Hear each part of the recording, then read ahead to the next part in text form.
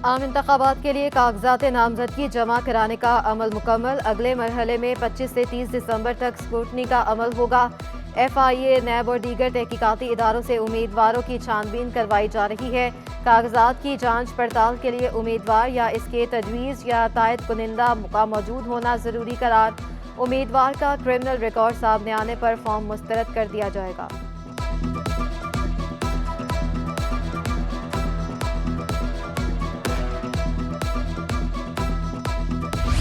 Peoples party ने कौमी assembly के लिए 10 अक़लियती नाम जमा करवा दिए। रमेश लाल, नवीद आमिर, जवाहर मिशन कमार के नाम से नाम शामिल। लाल चंद अगरानी, इमरान उफीक, नसीब चंद पीपल्स पार्टी के अक़लियती उम्मीदवारों की फहरिस्त में शामिल।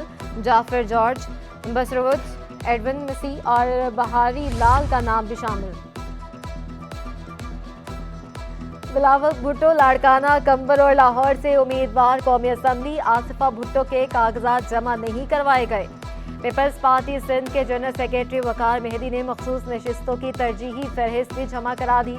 फरियाल तालपुर, अजरा पिचोहो, रेहाना लगारी और मारवी राशिद का नाम शामिल। समीता अफजाल, हीर सोहू, सादिया जावेद, सजीला लगारी, समी खुरम भी तरजीही फहरिस्त में शामिल। शहला रजा, निदा खोड़ू, यास्मीन शाह, तंजीला कंबर का नाम भी शामिल। वकार मेहदी कहते हैं तरजीही फहरिस्त में प्रोफेशनल लोग और नए चेहरे भी शामिल हैं।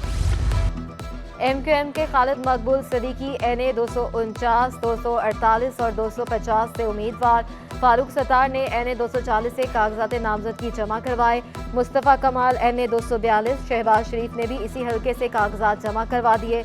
मिर्जा इख्तियार बेग NA 241 से उम्मीदवार। PTI के हैदर खलील ने सूबाई असम्बली हल्का 119 से कागजात नामजदगी जमा करा दिए। ख्वाजा इज़हारुल हसन का कहना था 4 हल्कों से कागजात नामजदगी जमा कराए, मुंतखब होकर अच्छी कानून साजी की कोशिश करेंगे।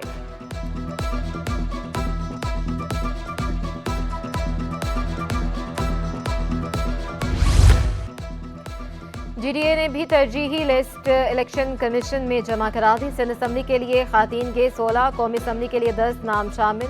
8 अक़लियती उम्मीदवारों के नाम भी शामिल। ननंद कुमार कहते हैं आइंदा वज़ीर आला पीर पगारा होगा।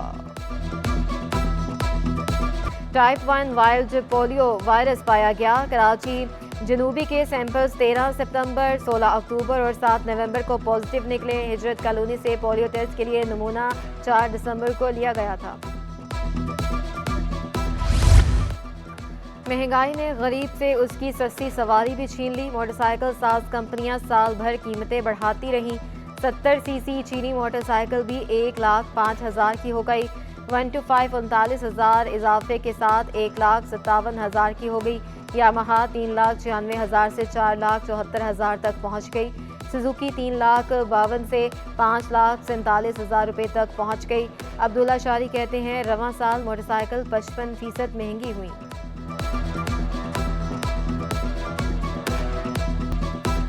शहर कायद में यकबस्ता हवाओं का राज, शहरी ठठर गए। दर्जा हरारत 14 डिग्री सेंटीग्रेड गिर गया। उधर शहर में आलूदगी के भी डेरे। पाकिस्तान के आलूदा शहरों में कराची 5वें नंबर पर। दुनिया के आलूदा तरीन शहरों में कराची का 18वां नंबर। तिब्बी माहिरीन ने एहतियाती तदाबीर इख्तियार करने का मशवरा दे दिया।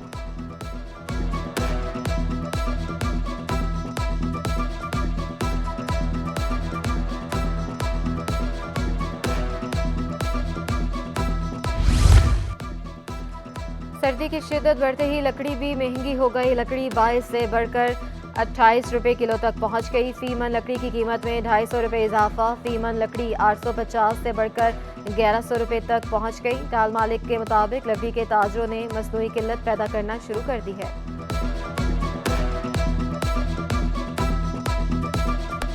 कराची में सब्जियों की कीमतों में कमी न आ सकी। अदरक लहसुन 600 रुपये फी किलो पर बराजमान। नींबू 240, शिमला मिर्च 200 रुपये फी किलो पर बरकरार। प्याज 180, करेले गोभी 160, टमाटर आलू गाजर 120 रुपये में दस्तयाब। धनिए और पुदीने की फी गड्डी 20 रुपये में फरोख्त। स्टॉक मार्केट में रवां हफ्ते मिला जुला रुझान रहा। एक हफ्ते में 4,425 पॉइंट्स की शदीद मंदी रिकॉर्ड की गई। 100 इंडेक्स में 6.70% कमी देखी गई। इंडेक्स 66,130 की सतह से गिरकर 61,705 की सतह पर आ गया। मार्केट कैपिटलाइजेशन कम होकर 8,947 अरब रुपए पर आ गई।